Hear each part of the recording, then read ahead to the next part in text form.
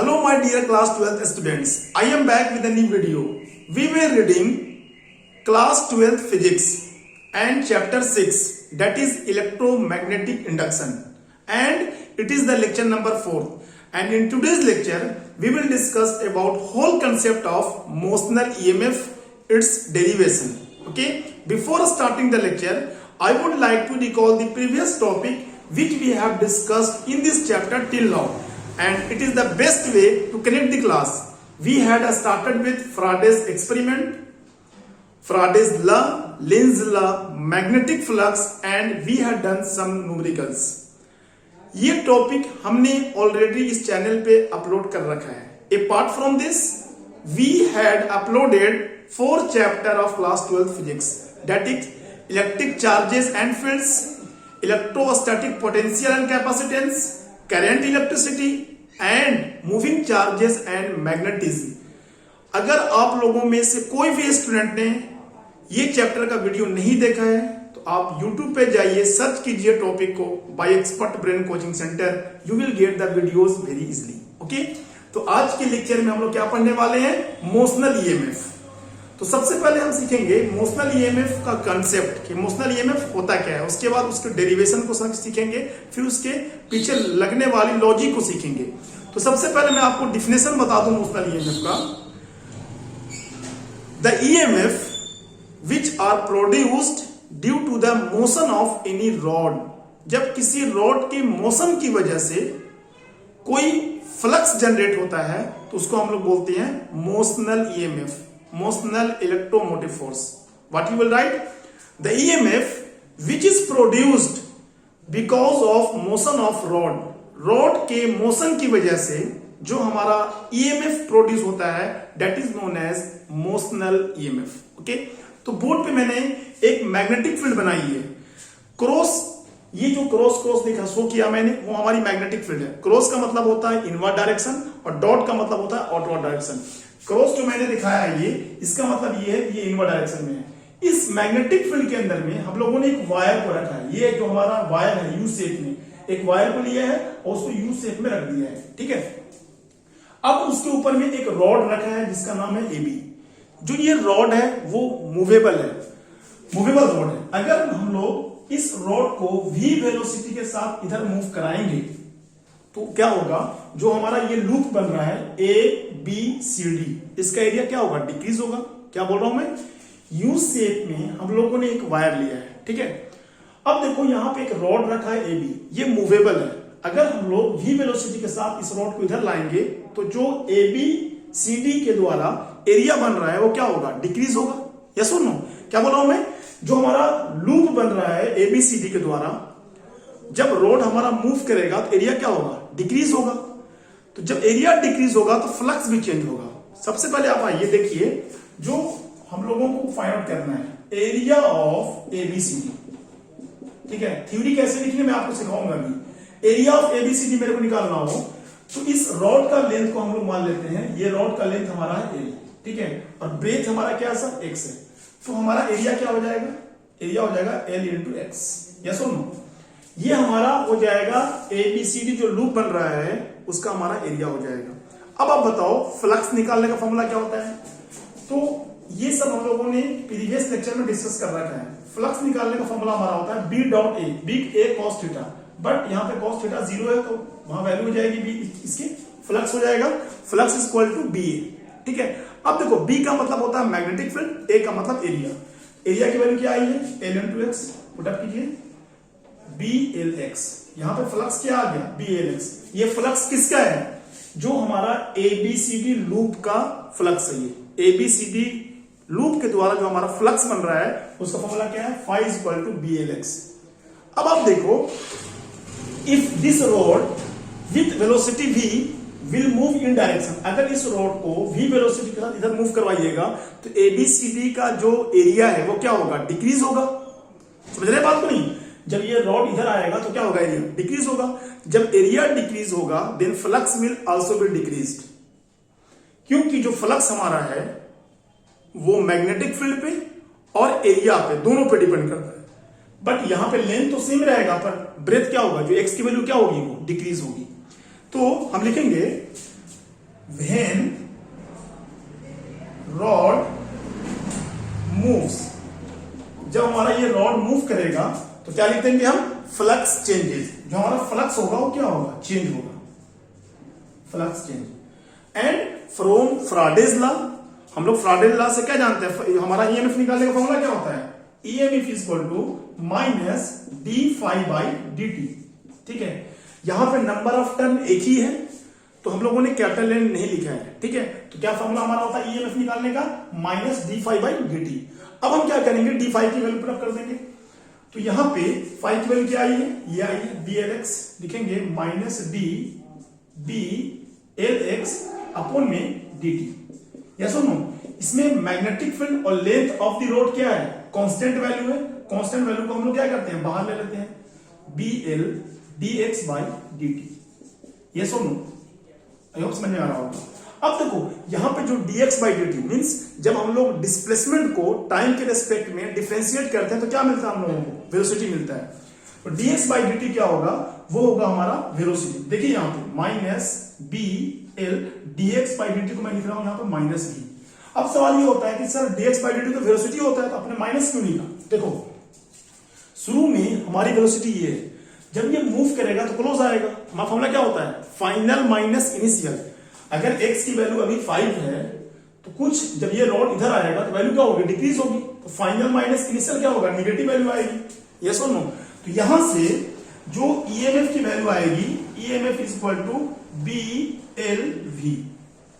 इस लूप का जो ईएमएफ हमारा आ गया वो क्या हो गया, बी एल वी। ठीक है, ये माइनस माइनस क्या हो गया, प्लस हो गया। आई होप ये बात आपको समझ में आ गई होगी। तो जब हमसे कोई पूछेगा कि जब कोई रॉड इस टाइप से रहे, वायर यू शेप में हो, रॉड हो, उसका हमारा ईएमएफ निकालने का फॉर्मूला क्या होगा, इस तरीके से हम लोग फाइंड आउट कर लेंगे, बी एल वी या बी बी एल। ठीक है, अब देखो ये हमारा हो गया मोशनल ईएमएफ। ये हमारा मोशनल ईएमएफ का फॉर्मूला हो गया, मोशनल ईएमएफ।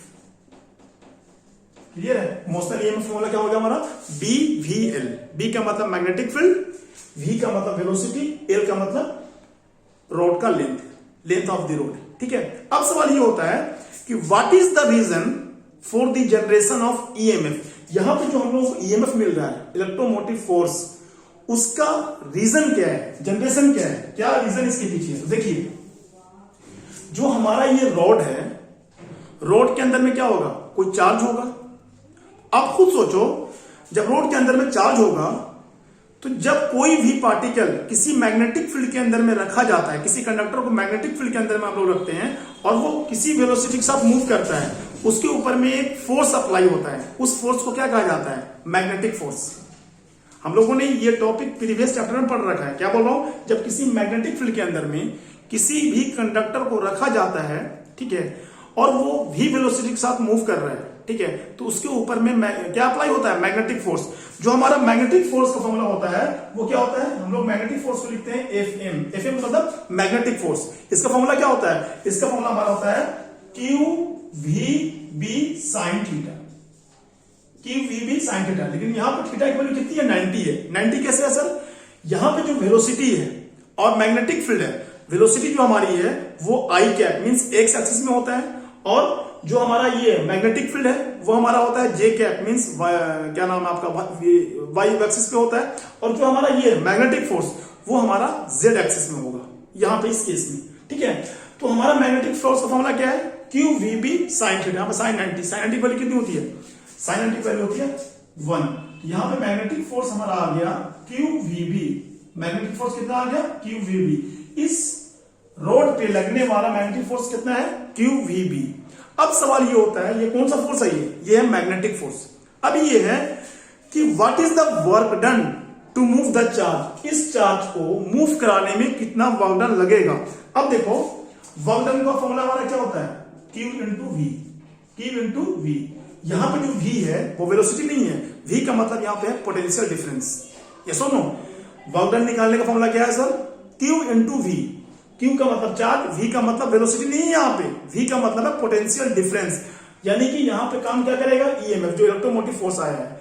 तो हम क्या करेंगे, यहाँ पे वैल्यू कम कर देंगे, q is equal to B L we.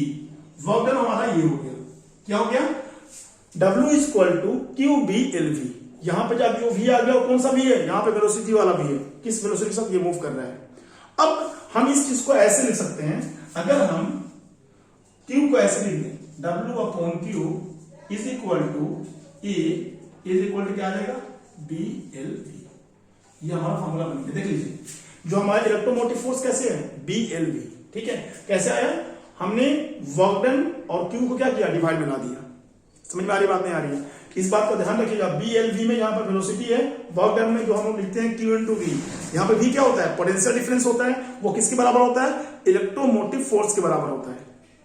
I hope ये समझ में आ गया होगा। अब क्या करो, अपनी कॉपी पे इसको नोट डाउन करो, उसके बाद हम लोग सीखेंगे एनर्जी कंसिडरेशन। पहले आप इसका स्क्रीनशॉट ले लीजिए। अब हम लोग बात करेंगे एनर्जी कंसिडरेशन की। ठीक है, कि देखिए हम लोगों ने अभी तक क्या फाइंड आउट किया, मोशनल ईएमएफ फॉर्मूला क्या आया, बीवीएल। फिर हम लोगों ने देखा कि जो वर्क डन कितना लगेगा, ठीक है, क्या रीजन है जिसकी वजह से हमारा यहाँ पे ईएमएफ जनरेट हो रहा है। अब हम बात करेंगे एनर्जी कंसिडरेशन की। Will it follow law of conservation of energy, क्या ये जो हमारा कंजर्वेशन ऑफ एनर्जी का लॉ है उसको फॉलो करता है या नहीं फॉलो करता है। अब देखो, अगर आपने इस रॉड को v वेलोसिटी के साथ मूव करवाया, मतलब कि वेलोसिटी v दिया, तब ये मूव करेगा। उसके लिए जब हम लोगों ने एनर्जी दिया, यानी कि इस रॉड को जब हम लोगों ने एनर्जी दिया, एनर्जी देने के लिए क्या किया हम लोगों ने, काम किया। तो कौन सा काम होगा ये हमारा मैकेनिकल वर्क होगा। जहां पे मैकेनिकल वर्क होता है वहां पे पावर कौन सा आता है, मैकेनिकल पावर। हम लोग मैकेनिकल पावर और इलेक्ट्रिक पावर दोनों को इक्वेट करके देखेंगे। अगर दोनों की वैल्यू सेम आ रही है तब ये एनर्जी को फॉलो, लॉ ऑफ एनर्जी को फॉलो कर रहा है, अदरवाइज ये फॉलो नहीं कर रहा है। अब देखो, जब हम लोग यहाँ पे एनर्जी देंगे तो यहाँ पे कौन सा वर्क होगा, मैकेनिकल वर्क होगा। मैकेनिकल वर्क की वजह से कौन सा पावर बनेगा, मैकेनिकल पावर। मैकेनिकल पावर का फॉर्मूला क्या होता है, फोर्स इनटू वेलोसिटी। तो जो हम लोग पावर का फॉर्मूला पढ़ते हैं ना, work done upon time taken, या P is equal to V into I, P is equal to I square upon R, P is equal to V square upon R. These all formula are for electrical power. वो सारे formula किसके लिए हैं, electrical power के लिए हैं। हम लोग अब यहां पर निकालेंगे मैकेनिकल पावर। देखो, मैकेनिकल पावर का फॉर्मूला हमारा होता है फोर्स इनटू वेलोसिटी। ये कौन सा पावर है, मैकेनिकल पावर है।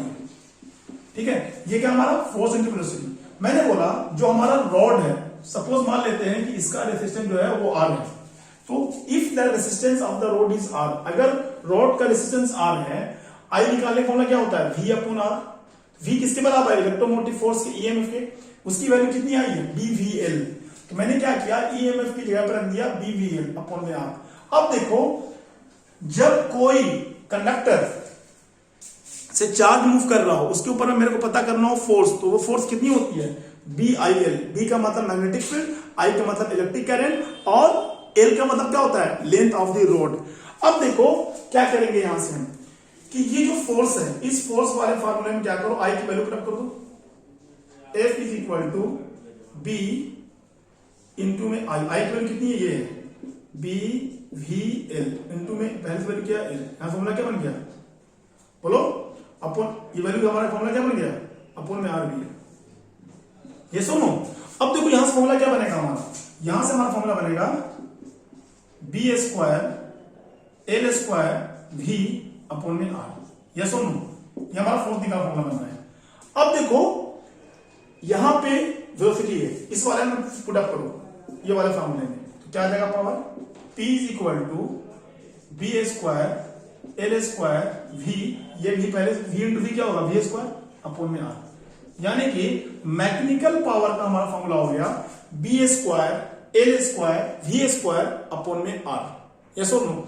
अब हम देखेंगे कि क्या हम लोग सोल्व करें अगर इलेक्ट्रिकल पावर, तो क्या इलेक्ट्रिकल पावर की भी वैल्यू ये आती है या फिर डिफरेंट आती है। अगर इलेक्ट्रिकल पावर की वैल्यू भी यही आती है, it means law of conservation of energy को ये चीज फॉलो कर रही है। अगर नहीं आ रही है, फॉलो नहीं कर रहा है। अब बताओ, जब हम लोग फाइंड आउट करते हैं किसको, इलेक्ट्रिकल पावर को, इलेक्ट्रिकल पावर का फॉर्मूला क्या होता है, इलेक्ट्रिकल पावर का हमारा फॉर्मूला होता है PE।